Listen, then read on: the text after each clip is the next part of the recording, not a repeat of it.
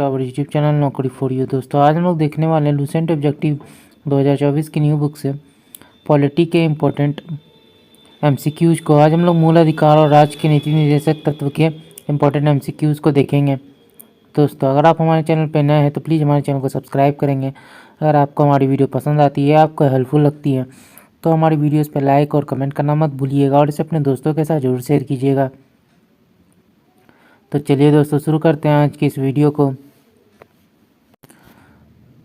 तो चलिए शुरू करते हैं। पहला क्वेश्चन है मौलिक अधिकार संविधान के किस भाग में वर्णित है? आंसर हो जाएगा बी भाग 3। भारत के संविधान का भाग 3 संबंधित है तो आंसर हो जाएगा सी मूल अधिकार से।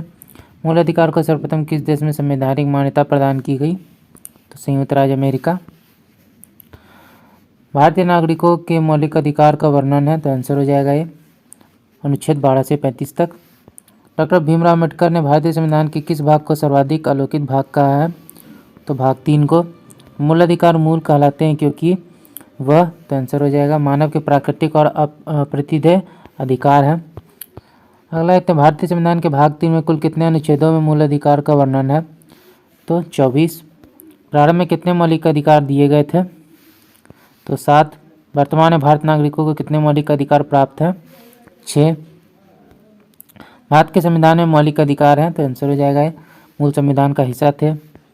भारतीय संविधान में न्यायालय में कौन परिवर्तनीय है? तो आंसर हो जाएगा डी मूल अधिकार। मौलिक अधिकारों को लागू करने का दायित्व उपयुक्त दोनों उच्चतम न्यायालय और उच्च न्यायालय पर है। मौलिक अधिकार का निलंबन कौन कर सकता है? राष्ट्रपति। मौलिक अधिकारों के बारे में सुनवाई करने का अधिकार इनमें से किसको प्रदान किया जाता है? सर्वोच्च न्यायालय।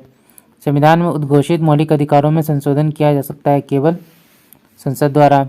भारत नागरिकों को प्रदान किए गए मूल अधिकारों को निलंबित किया जा सकता है। निम्नलिखित में कौन से मामले उच्च न्यायालय तथा उच्चतम न्यायालय की अधिकारिता में आते हैं? मूल अधिकार का प्रवर्तन। भारतीय संविधान के अंतर्गत मूल अधिकारों का संरक्षक कौन है? न्यायपालिका। मौलिक अधिकारों के निलंबन का आदेश कौन देते हैं? राष्ट्रपति। मूल अधिकारों पर आवश्यक प्रतिबंध लगाने का अधिकार किसका है? संसद को। मौलिक अधिकारों का प्रमुख उद्देश्य है व्यक्तिगत स्वतंत्रता को सुनिश्चित करना। मूल अधिकारों को प्रवर्तित करने का शक्ति प्राप्त है उच्चतम व उच्च न्यायालयों को।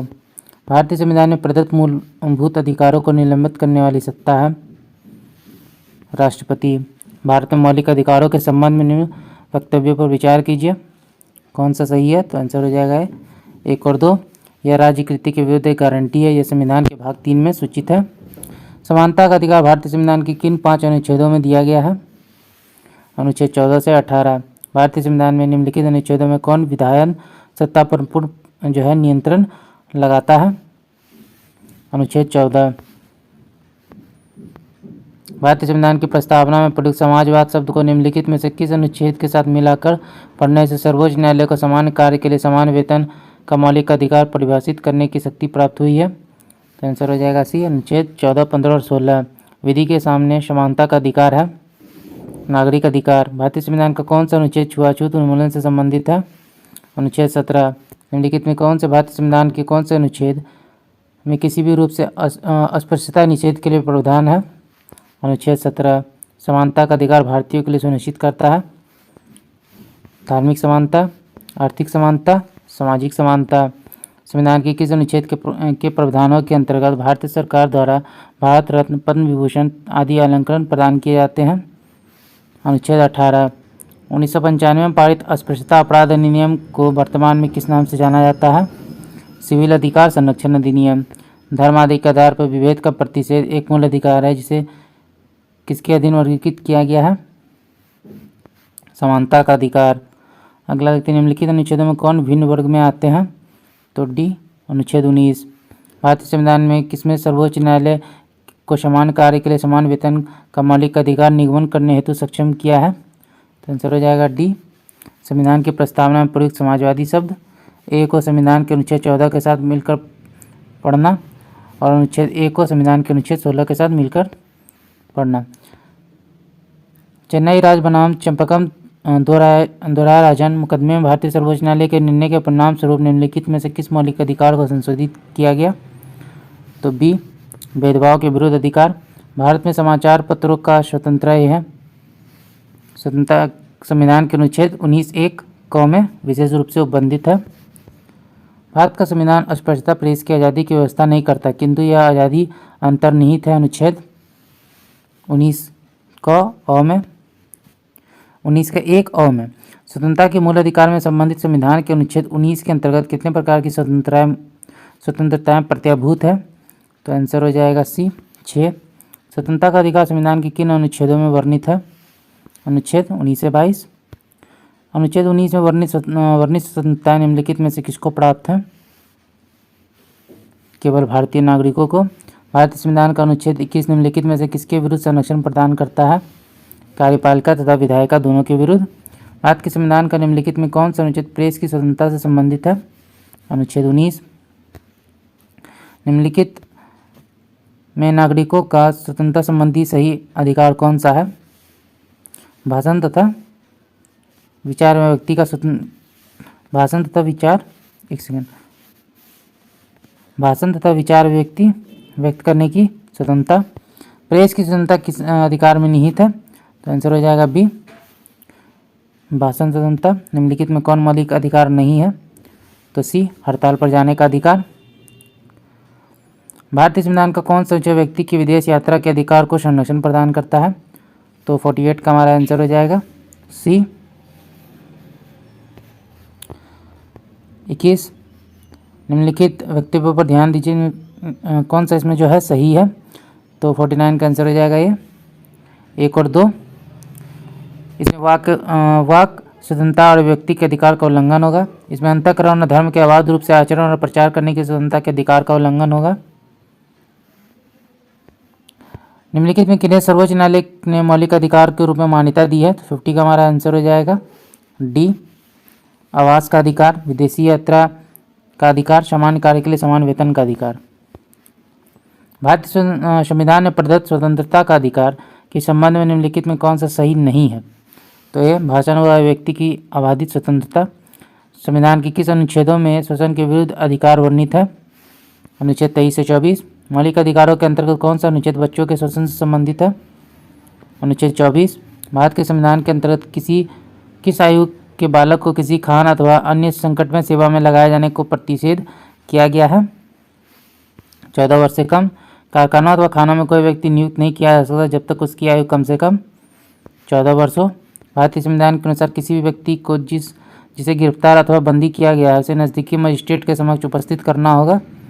आंसर हो जाएगा भी 24 घंटे के अंदर। 14 वर्ष से कम आयु के बहुत से गरीब बच्चे पटाखे बनाने वाले कारखानों में काम करते हैं। इन कारखानों में बच्चों को काम देने से किस मौलिक अधिकार का उल्लंघन होता है? तो आंसर हो जाएगा भी शोषण के विरुद्ध अधिकार। निम्नलिखित में से किस अनुच्छेद में कहा गया है कि किसी भी व्यक्ति को एक ही अपराध के लिए एक बार से अधिक अभियोजित एवं दंडित नहीं किया जा सकता? तो आंसर हो जाएगा ये अनुच्छेद 20। भारतीय संविधान में कोई अपराध किए जाने के लिए किसी सामान्य व्यक्ति को जिसे किसी सामान्य विधि के अंतर्गत गिरफ्तार किया गया हो निम्नलिखित में कौन सा अधिकार प्रदान करता है? उपयुक्त सभी अधिकार। गिरफ्तारी का कारण शीघ्रता से जानने का अधिकार, अपनी रुचि के अनुरूप वकील से परामर्श लेने और बचाव करने का अधिकार, गिरफ्तारी के 24 घंटे के अंदर मजिस्ट्रेट के समक्ष प्रस्तुत किए जाने का अधिकार। धार्मिक स्वतंत्रता का अधिकार संविधान के किन अनुच्छेदों में वर्णित है? अनुच्छेद 25 से 30। भारतीय संविधान में अनुच्छेद 25 का संबंध है धर्म की स्वतंत्रता। धार्मिक स्वतंत्रता के अधिकार में संविधान के अंतर्गत सम्मिलित है। तो आंसर हो जाएगा धर्म प्रचार करने का अधिकार, सिखों के कृपाण धारण एवं रखने का अधिकार, राज्यों का समाज सुधारक विधि निर्माण का अधिकार। संविधान के किस अनुच्छेद द्वारा सिखों द्वारा कृपाण धारण करना धार्मिक स्वतंत्रता का अधिकार माना गया है? तो आंसर हो जाएगा बी, अनुच्छेद 25।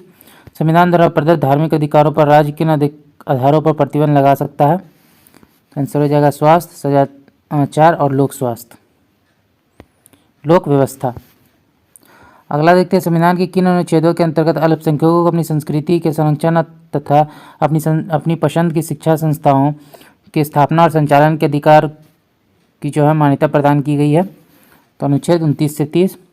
भारत संविधान का कौन सा अनुच्छेद अल्पसंख्यकों को अपनी मनपसंद शिक्षण संस्थानों के स्थापित तथा संचालित करने के अधिकार को संरक्षण प्रदान करता है? अनुच्छेद 30।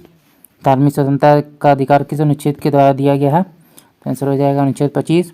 भारतीय संविधान के किस अनुच्छेद में संवैधानिक उपचारों का अधिकार दिया गया है? आंसर हो जाएगा सी, अनुच्छेद 32। निम्नलिखित मौलिक अधिकारों में से किसमें डॉक्टर भीमराव अम्बेडकर ने संविधान का हृदय और आत्मा की संज्ञा दी? तो आंसर हो जाएगा बी, संवैधानिक उपचारों का अधिकार। संवैधानिक उपचारों का अधिकार किन परिस्थितियों में निलंबित हो सकता है? तो आंसर हो जाएगा 70 का डी, उपयुक्त सभी परिस्थितियों में, आपात स्थिति की घोषणा के दौरान, सैन्य सदस्यों के संबंध में, जब सैनिक विधि लागू हो। निम्नलिखित में कौन सा अधिकार भारतीय संविधान के अनुच्छेद 32 के अंतर्गत परिवर्तित किए जाते हैं? आंसर हो जाएगा बी, मौलिक अधिकार। मौलिक अधिकार को लागू करने के लिए निम्नलिखित में से किसी न्यायालय द्वारा जारी किया जा सकता है? समादेश, रिट। व्यक्तिगत स्वतंत्रता के लिए निम्नलिखित में कौन सी रिट याचिका दायर की जाती है? Habeas corpus. कौन व्यक्तिगत स्वतंत्रता से संबंधित है? बंदी प्रत्यक्षीकरण। विभिन्न प्रकार के समादेश, रिट जारी करने का अधिकार सर्वोच्च न्यायालय के अतिरिक्त निम्नलिखित में से किन न्यायालयों को प्राप्त है? तो आंसर हो जाएगा राज्य के उच्च न्यायालयों को। बंदी प्रत्यक्षीकरण के अतिरिक्त निम्नलिखित में से किस याचिका को उच्च न्यायालय जारी कर सकता है? उपयुक्त सभी। उत्प्रेषण, परमादेश, अधिकार परीक्षा, प्रतिषेध। बंदी प्रत्यक्षीकरण याचिका तो 77 का आंसर हो जाएगा डी, निरुद्ध व्यक्ति या हितबद्ध व्यक्ति दोनों द्वारा दाखिल की जा सकती है। निम्नलिखित में से किस स्थिति में बंदी प्रत्यक्षीकरण याचिका जारी किया जाता है? दोषपूर्ण, पुलिस नज़रबंदी।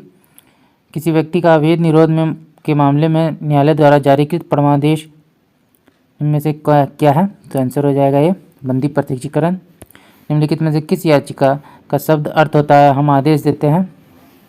परमादेश। निम्नलिखित समादेशों में से कौन सा समादेश किसी अवैध व्यक्ति से सरकारी पद को बचाने के लिए जारी किया जाता है? अधिकार परीक्षा। व्यक्ति, निगम अथवा अधीनस्थ अधिकरण जिस कार्य को करने के लिए आविद्ध हैं उस कार्य को करने के लिए जारी करने वाले रिट को कहते हैं परमादेश। अगला देखते हैं, वह रिट जो भारत में उच्चतम न्यायालय अथवा सर्वोच्च न्यायालय द्वारा किसी व्यक्ति या सार्वजनिक संस्था को आदेश देती है कि वह अपने कर्तव्य का पालन करे कहलाती है। आंसर हो जाएगा परमादेश। निम्नलिखित में से किस रिट के द्वारा किसी सक्षम न्यायालय द्वारा किसी व्यक्ति या निगम या निचली अदालत को कोई ऐसा कार्य करने के लिए आदेश दिया जाता है जो उसकी कर्तव्य सीमा में आता है और जिसको उन्हें पूरा करना चाहिए? तो आंसर हो जाएगा बी, परमादेश। एक ऐसी याचिका जो न्यायपालिका द्वारा जारी की जाती है तथा जिसमें कार्यपालिका को कहा जाता है कि वह कार्य करे जो उसे प्राप्त शक्तियों के अंतर्गत करना चाहिए था, उस रिट को क्या कहा जाता है? तो आंसर हो जाएगा बी, मैंडेमस। उत्प्रेषण रिट निम्न में से किस आधार पर जारी किया जाता है? तो 86 का आंसर हो जाएगा डी, उपयुक्त सभी। निम्नलिखित में से किस याचिका के अधीन किसी कर्मचारी को ऐसी कार्यवाही करने से रोका जाता है जिसके लिए सरकारी तौर पर वह हकदार नहीं है? तो अधिकार परीक्षा। न्यायालय द्वारा जारी किए गए परमादेश के माध्यम से न्यायालय किसी व्यक्ति या संस्था को उनके सार्वजनिक दायित्व तथा कर्तव्यों का पालन करने के लिए जारी किया जाता है। कौन मूल अधिकारों के अंतर्गत नहीं आता है? संपत्ति का अधिकार। निम्नलिखित में कौन सा मूल अधिकार नहीं है? आंसर हो जाएगा डी, संपत्ति का अधिकार। संपत्ति के मौलिक अधिकार को कब समाप्त किया गया? 1978 के संविधान के 44वें संशोधन द्वारा। संपत्ति का अधिकार है कानूनी अधिकार। 44वें संविधान संशोधन विधेयक द्वारा किस मौलिक अधिकार को सामान्य वैधानिक अधिकार बना दिया गया? संपत्ति के अधिकार को। संपत्ति के मूल अधिकार को किस संवैधानिक संशोधन अधिनियम द्वारा समाप्त कर दिया गया? 44। निम्नलिखित में कौन सा मौलिक अधिकार नहीं है? तो संपत्ति का अधिकार। भारतीय संविधान के अनुसार संपत्ति का अधिकार क्या है? तो आंसर हो जाएगा 96 में सी, मूलभूत अधिकार और विधिक अधिकार। सॉरी, इसका जो है 96 का जो इसका आंसर है वो हो जाएगा बी, सिर्फ विधिक अधिकार है, ये नहीं है, विधिक अधिकार है। संपत्ति के अधिकार को मूल अधिकार की श्रेणी से हटाकर किस अनुच्छेद के अंतर्गत रखा गया? तो सी, अनुच्छेद 31 और अनुच्छेद 301 कॉम है। अगला देखते हैं, भारत के संविधान के अनुसार जो संवैधानिक अधिकार है किंतु मूलभूत अधिकार नहीं है? तो आंसर हो जाएगा डी, संपत्ति का अधिकार। मत देने का अधिकार है एक नागरिक अधिकार। सूची 1 को सूची 2। अगला देखते हैं, सूची 1 को सूची 2 सम्मिलित करना, मौलिक अधिकार और अनुच्छेद दिए गए हैं। तो 100 का हमारा आंसर हो जाएगा सी, समानता का अधिकार, अनुच्छेद 14 से 18। वाक स्वतंत्रता का अधिकार, अनुच्छेद 19। धर्म की स्वतंत्रता का अधिकार, अनुच्छेद 25।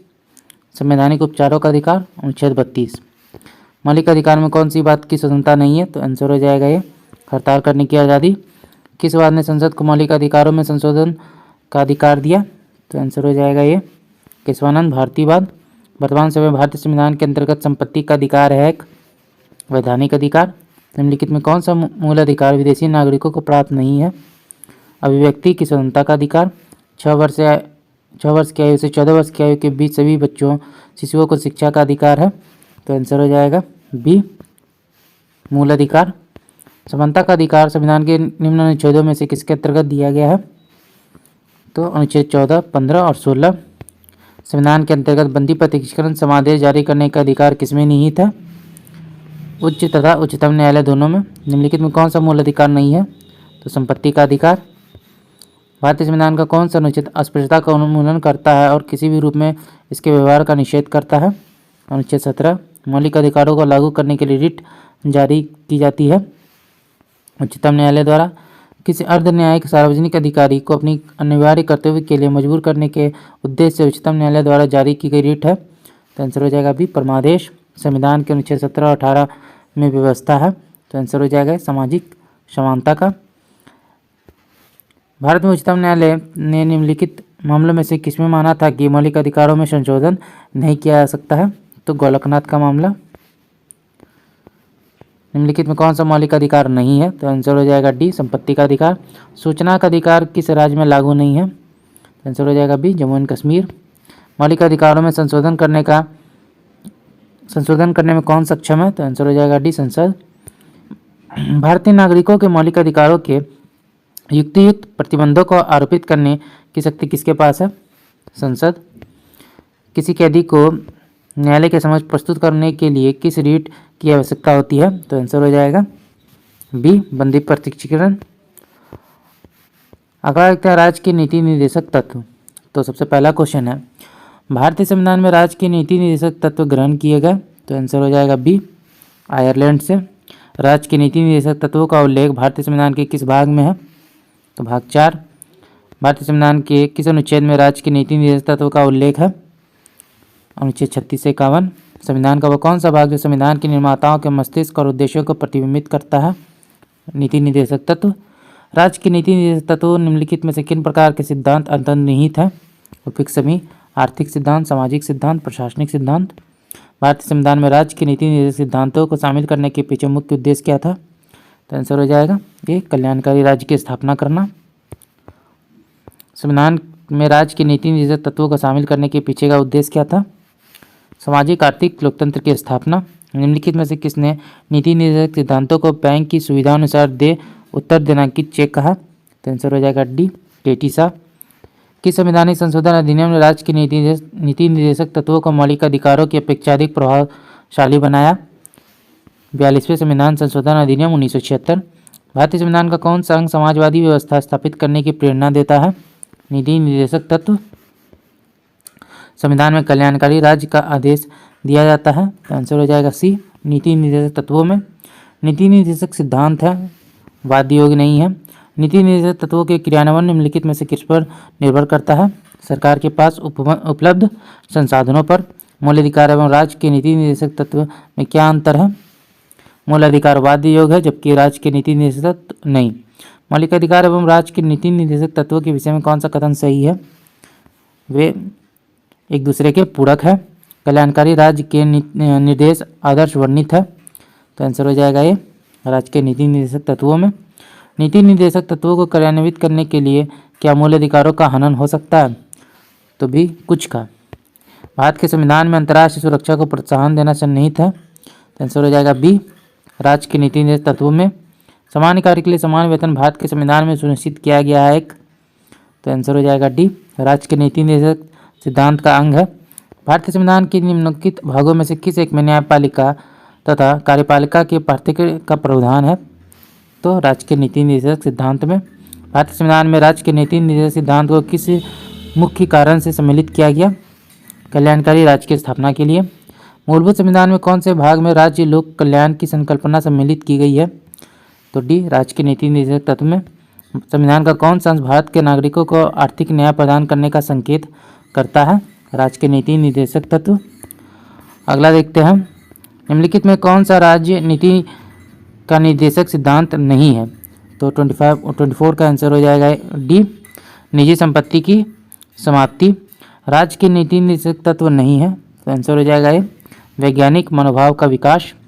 राज्य के नीति निर्देशक तत्व में क्या शामिल है जो मूल अधिकार में नहीं है, तो कुटीर उद्योगों को प्रोत्साहन। किसी नीति निर्देशक सिद्धांत को प्राय समाजवादी माना जाता है, तो 27 का आंसर हो जाएगा ए, ग्राम पंचायतों की स्थापना।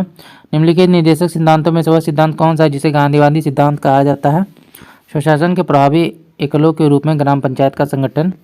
नीति निर्देशक तत्व का महत्व किसके लिए है? राज्य। भारत के किस राज्य में समान नागरिक संहिता लागू होती है? गोवा। राज्य के नीति निर्देशक सिद्धांत के अनुसार किस आयु तक के बच्चों को निःशुल्क एवं अनिवार्य शिक्षा देने की आशा की जाती है? 14 वर्ष। राज्य के नीति निर्देशक सिद्धांत किस प्रकार मौलिक अधिकारों से भिन्न है? राज्य के नीति निर्देशक सिद्धांत परिवर्तनीय है, जबकि मूल अधिकार परिवर्तनीय नहीं है। नीति निर्देशक जो है परिवर्तनीय नहीं है और मूल अधिकार जो है वो परिवर्तनीय है। भारतीय संविधान के कौन से संशोधन अधिनियम द्वारा टकराव की दिशा में राज्य के नीति निर्देशक तत्व को मूल अधिकार पर वरीयता प्रदान की गई है? 42वां। भारतीय संविधान के अंतर्गत कल्याणकारी राज्य की अवधारणा निम्नलिखित में से किस अनुच्छेद में वर्णित है? अनुच्छेद 38। सामान्य न्याय और निःशुल्क विधि सहायता का प्रावधान संविधान के किस अनुच्छेद में है? आंसर हो जाएगा बी, अनुच्छेद 39 है। भारतीय संविधान के निम्नलिखित अनुच्छेदों में कौन सा अनुच्छेद राज्य सरकार को ग्राम पंचायतों को संगठित करने का निर्देश देता है? अनुच्छेद 40।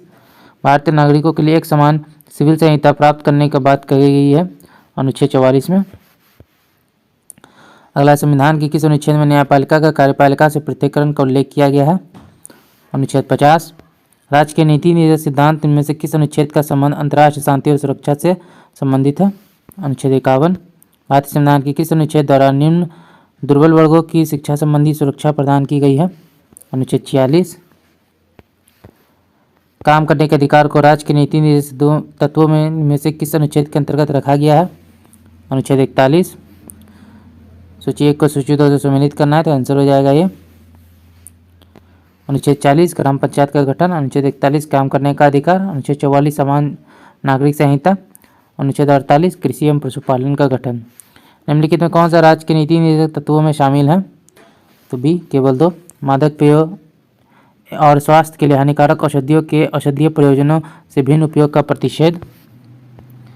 निम्नलिखित कथनों पर विचार कीजिए, कौन सा सही है? तो आंसर हो जाएगा बी, केवल 2। भारत के संविधान में पिछड़े वर्गों को परिभाषित नहीं किया गया है। इनमें से कौन सा राज्य के नीति निर्देशक सिद्धांत में सम्मिलित नहीं है? तो आंसर हो जाएगा डी, सूचना का अधिकार। निम्नलिखित में कौन सा एक संविधान के 42वें संशोधन द्वारा नीति निर्देशक तत्वों में नहीं जोड़ा गया है? सभी नागरिकों के लिए समान आचार संहिता। भारत के कल्याणकारी राज्य होने का विचार पाया जाता है? तो डी, संविधान की प्रस्तावना और राज्य के नीति निर्देशक तत्वों में। भारतीय संविधान में प्रतिष्ठापित राज्य के नीति निर्देशक तत्व के अंतर्गत निम्नलिखित प्रावधानों पर विचार कीजिए, कौन सा सही है? तो बी, ग्राम पंचायत को संगठित करना, ग्रामीण क्षेत्रों में कुटीर उद्योगों को प्रोत्साहित करना। शराबबंदी संविधान की किस धारा में निर्दिष्ट है? तो आंसर हो जाएगा ये धारा 47। तो दोस्तों, आज का वीडियो यहीं तक। आशा करते हैं वीडियो आपको पसंद आया होगा। अगर आपने वीडियो को यहाँ तक देखा और अभी तक हमारे चैनल को सब्सक्राइब नहीं किया है तो प्लीज़ हमारे चैनल को सब्सक्राइब करेंगे। अगर आपको हमारी वीडियो पसंद आती है, आपको हेल्पफुल लगती है, तो अपने दोस्तों के साथ भी जरूर शेयर कीजिएगा। हमारी वीडियोज़ पर लाइक और कमेंट करना मत भूलिएगा। तो चलिए फिर मिलता है एक मज़ेदार वीडियो के साथ। जय हिंद।